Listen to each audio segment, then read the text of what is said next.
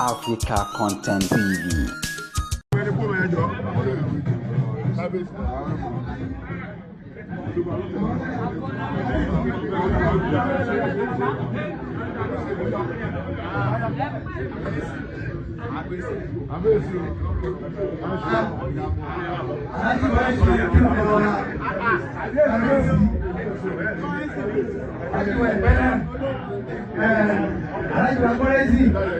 Apesin tí gbogbo Nàìjíríà èsì gbogbo Ìbàdàn mọ́ wọ́n kí bàbá Oluwo ọmọ àwọn àgbàlagbà wọn náà ní ètò ìkúlágbára ọlọ́run ẹjọ́ sí abẹ́nà pọ́pọ́rẹ́sì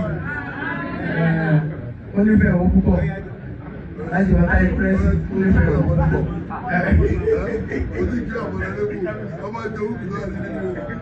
Àbọ̀nàrẹ́bù àkọ́kọ́ nú olórin àbọ̀nàrẹ́bù ọlọ́run jẹ́ ẹ̀dẹ̀ káàbíyèsí.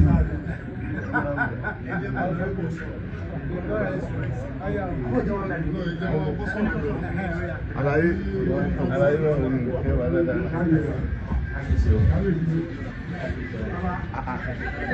Àwọn alágbára wà ní alágbègbè àlàyé tó gbára.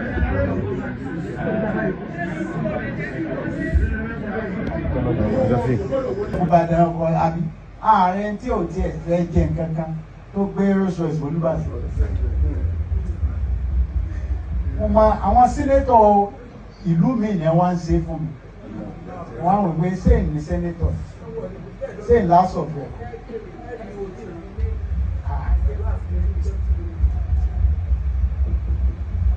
Bó o ṣe fẹ́ lọ́wọ́ bọ̀ sí i.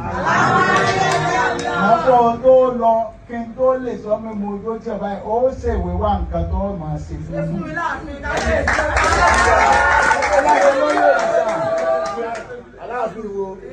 Ẹ máa sọ pé Olúwo àwọn ọba ìwé ẹsẹ̀ Olúwo ní nǹkan tí èyí máa ṣe paramount ruler.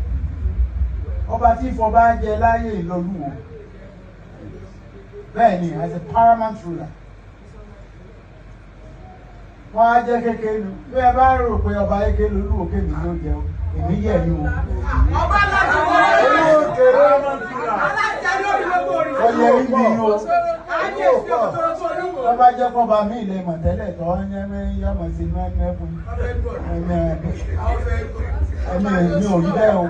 Wọ́n bá jọ wá sí ń gbá létí ilẹ̀ níbẹ̀ ìlú ọ̀rọ̀ ìlú òye ìdébì kan wá lọ́gbàá nígbà. Bàbá kan tí máa ń fi yín sẹ́wọ̀n tí máa ń lù yín tí máa ń pa yín tẹ́lẹ̀ nígbà ọ̀fẹ́ ṣe irú ẹ̀bùn nígbà mo gbà mú. Ọba ni nígbà tí mi ṣẹrú mo sì kó lẹ́rú.